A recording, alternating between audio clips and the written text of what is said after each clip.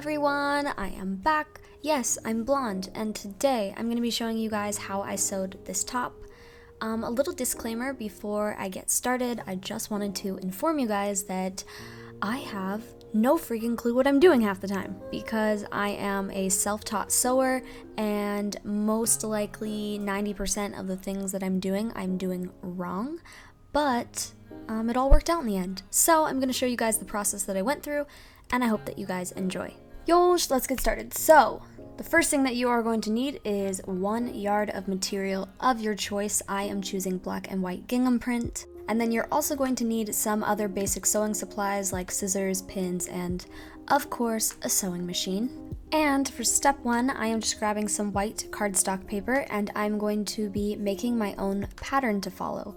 So to do this, I'm going to grab a shirt that I like the fit of, and I'm just going to be tracing around that to get a pattern that I'm going to use. So find a shirt that fits the way you like and hangs the way you like, and just fold it in half, lay it down on your paper, and get ready to trace it. And I'm just going to trace around the neckline, the armpit line, and the rest of the shirt. I am not going to trace out the sleeve. Because this shirt that I'm tracing is a little too big on me, I'm not going to trace it exactly on the ends. I'm going to cut like an inch or two off of that. But you're just tracing the general outline of the shirt so it looks kind of like a tank top. Then I'm just darkening it with markers so that you guys can see it. I added a dart line, but that's not necessary, and I didn't even use it in the end, so you don't really need to do that. And then I just added a note saying to add seam allowance so that I don't forget, and I'm just cutting that out. So then I am grabbing my material and I am keeping it folded in half once. And then I am going to lay my pattern down on the end that is folded. So you want the middle of the neckline of your pattern to be on that folded corner so that when you open it up, it's like a full actual shirt, if that makes any sense. So lay it down with the front neckline edge on that corner, and then you're going to want to measure out some seam allowance. You absolutely have to measure out seam allowance. It's super important. You can measure out more or less depending on how close to the edge you are comfortable sewing. I am not that comfortable sewing close to the edge, so I tend to measure out a bit more. Once I have how much seam allowance I want, I am just pinning that in place and then cutting it out.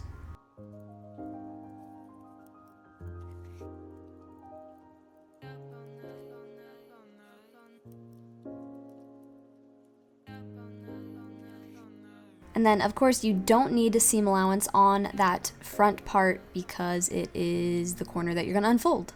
Once it's cut out, you can just remove the pins, remove the pattern, and it should look something like this. Okay, cool. So for this shirt, luckily, I can use the same pattern from the front as the back. You don't need to lay it on a corner this time because it doesn't matter if it's in separate pieces, and I am just pinning that in place and cutting it once again, same as I did the first time. And then for this back piece, you can and probably should add seam allowance to that front section that you didn't before, but because I already know this is going to be too big on me and I'm going to end up trimming it down anyway, I did not add seam allowance. So now it's time to pin my pieces together. I'm grabbing my front piece and my 2 back pieces, and I'm going to put them together with the right sides touching. So I'm taking my front piece and I'm flipping it so the good side is facing up, and then I'm laying the back pieces on top of it with the good sides facing down. It should look something like this. That way, when you sew it and then open it up, it'll all be facing the right direction. So once I have that laid down, I'm just going to start pinning it. And you are going to want to pin the sides underneath the armpit and the shoulder part. You do not want to pin your armpit closed because you don't want to sew your armpit closed because I'm assuming you have arms, in which case you need armholes. If you don't, then, just disregard that. But yeah, I am pinning that up. Should look something like this. Pins on the side. Skip the armpit, and pins on the top, and the right sides are touching, and then I'm just taking that over to my sewing machine and I'm going to start sewing. So I'm assuming everyone watching this knows how to sew, but if you don't, probably don't listen to anything that I'm saying, but always backstitch at the beginning and the end. So I'm backstitching, sewing, backstitching, and yeah, I'm just following where I pinned, and I'm doing the thing.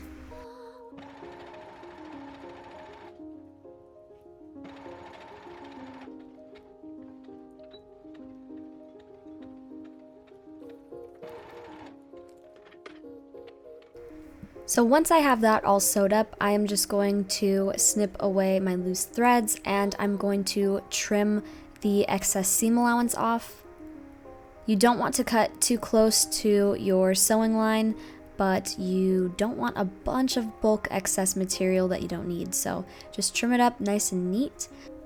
Then you can go ahead and flip it right side out, and it should look something like this. We're getting there. We're getting there. So now is where things get difficult. We're gonna put in some booby darts.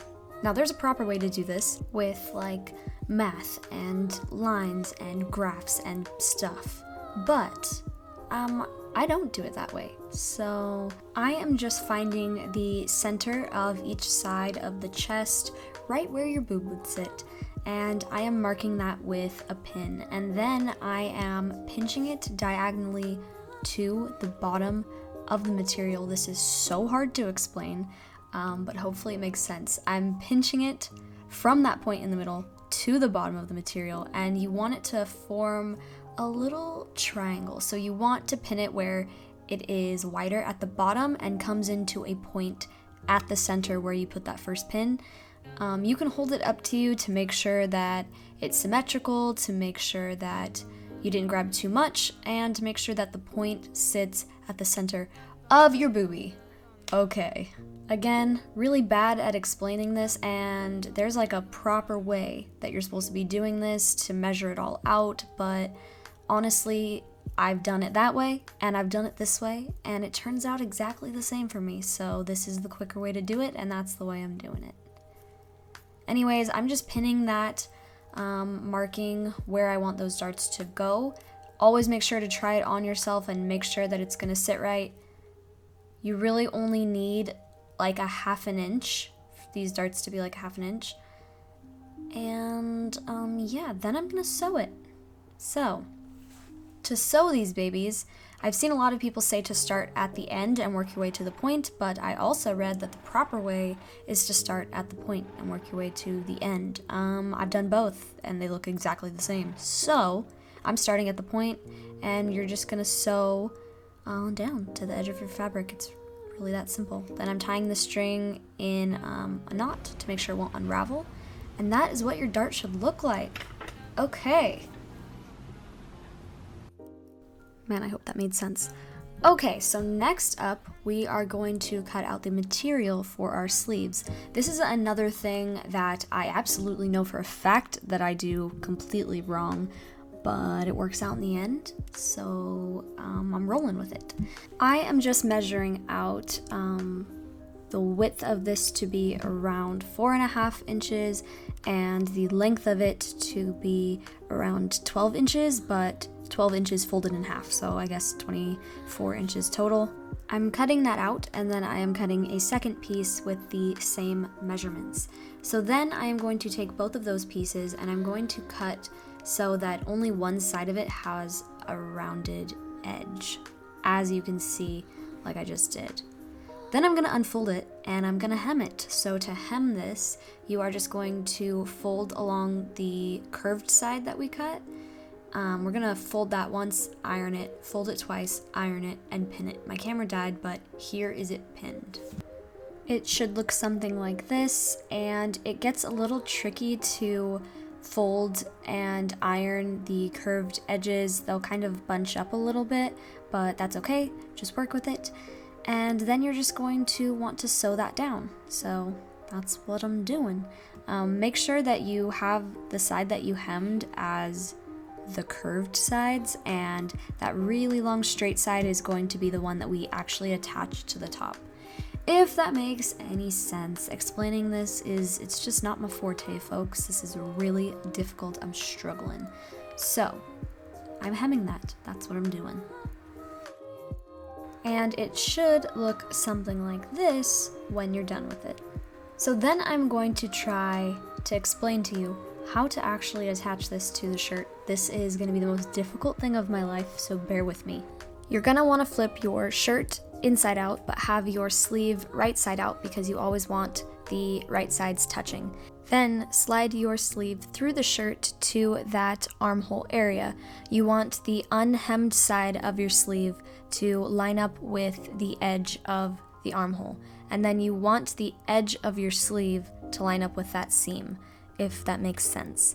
So you're gonna want both ends of your sleeve material to line up right there at the side seam of the shirt, and then you're going to want to pin that in place so that you can easily pin the rest of the sleeve in place and it's going to be lined up properly. So I'm just meeting those pieces together and then pinning them in place to line up with that side seam, and then you can go ahead and start pinning the rest of your sleeve. Now, since we want this to be a ruffly sleeve, it's going to be a little more tricky. I'm sure there's maybe an easier way to do this, but I find this to be the easiest way for me. So you're gonna have a lot more excess material from your sleeve than the armpit of the shirt. So you're gonna go around and you're gonna bunch up the inner material a little bit and pin it to that out part of the material. So I'm just bunching it up a little bit, keeping the outer layer straight, and then I'm gonna pin that. And I'm not grabbing too much material, I'm just giving it a little pinch and a little fold, and I'm gonna do that all the way around so that eventually the outer material and the sleeve material will be matched up, if that makes sense.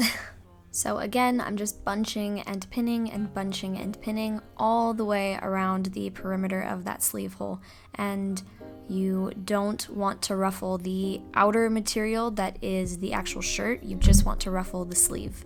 And then once you have it so that it's all pinned down and it looks all nice and neat, then you can go ahead and flip it right side out so you can see what it looks like. And it should look something like this. That's how you know you did it right. So that's what we want it to look like, and then we can go ahead and get sewing. So when it comes to sewing this, you want to make sure that you follow your pins and you do not sew your armhole closed. I just feel like that's something probably a lot of people have done. Luckily, I have not done that yet. But yeah, just follow the pins and sew around the perimeter of that sleeve. We gave ourselves room for seam allowance, so you don't have to sew right up on the edge. You can give yourself some room. Sew right over those bunched up materials that you pinned, and then you'll get a nice ruffly sleeve. And then when you're all done sewing it and you flip it right side out, it should look something like this. You have a nice, neat, ruffly little sleeve. Hopefully I explained that well enough for you guys to understand. Repeat that same thing to the other side so both of your sleeves are attached, and now we can get to work on the rest of the shirt. So I decided I want my shirt to be a low cut, kind of open back, and then I want to attach some little ties to the bottom so that I can tie the shirt and adjust how loose or tight it fits. So you're gonna wanna hold it up, try it on, hold it up to you, and mark how much you need to cut off the back so that there's not too much material. I had to trim mine quite a bit so that it fit me, but don't trim too much because you still need seam allowance so that you can hem this. So once you have it trimmed to the length that you like, we're gonna start hemming it. So to hem this, you should probably double fold it, but that's just difficult and too much work for me, so I'm actually just folding it once, ironing it, and pinning it. And I'm gonna do that all the way around the neckline and the back sides of the shirt. Now, usually when you're hemming, you want to keep it folded the same length all the way around, but when I get to the back part of the shirt, I want it to slant down into like a angled triangle, if that makes sense. So I'm actually gonna grab more material at that top part. I'm not really sure how to explain this, so hopefully you'll get the gist of it just by watching what I'm doing. And yeah, hopefully that'll make sense. If you could see here, I wanted it to go like a straight line down, so that's why I had to take more material at that one spot. Now I'm gonna go ahead and start making my little ties, and to do that, I just cut a length and width that I wanted my ties to be. And I'm gonna go ahead and flip those inside out, and then I just sewed it. Instead of sewing it straight in a straight little rectangle, I wanted them to come to a point at the ends because I feel like it looks neater when your ties do that. And then I went ahead and I sewed that, and then I also sewed the hem of my shirt. And then once I was done sewing those, I brought them back and I went ahead and I trimmed any excess material that I needed to trim off of my hem. And then I'm going to go ahead and trim my tie pieces down. Remember that you want to cut by the line that you sewed, but not too close, give yourself some space. So I'm just trimming those down, and they should look something like that. And then I'm just going to flip them right side out and iron them down. So now I'm going to hem the bottom of my shirt, and as you can see, the material in the front part of my shirt is shorter than the material on the back part because of the way that I did the darts. I'm not sure if this is wrong or if there's a proper way to do that so it's not different lengths, but this is how it turned out, so I'm rolling with it. I'm just gonna go ahead and I'm gonna flip it and hem it in a straight line, and doing that you'll have a lot more excess material on those back sides, but that is perfectly okay. So I'm just folding it and ironing it so I have a nice straight edge, and then I'm just gonna go ahead and sew that. So once I have that sewed, I'm going to trim those excess pieces of material away so that it looks all nice and neat. And then all I have left to do is add my ties. So I'm just gonna find where I want to line those up on my shirt, and then I'm just gonna go ahead and sew those on. And once those are sewed on, that's it. It's complete. We did it. Honestly, making this shirt was not very hard. It didn't take me very long at all. It only took me a few hours. I would say the hardest part of this was literally explaining it right now in this voiceover. This was so difficult. So yeah, I'm pretty sure I did 90% of this top completely improperly. Professional sewers everywhere are crying. But it came out really cute, and I really love this shirt, so I hope that you guys enjoyed this video. And if you decide to try and follow this like a tutorial, good luck. I hope that it made sense enough for you to attempt it yourself. And that's about it, so thanks for joining me on this sewing adventure, and I'll see you in the next one. Stay sweet. I was scared of dentists and the dark. I was scared of pretty girls and starting conversations. Oh, my friend, our Johnny Green was a magician's assistant in that dream.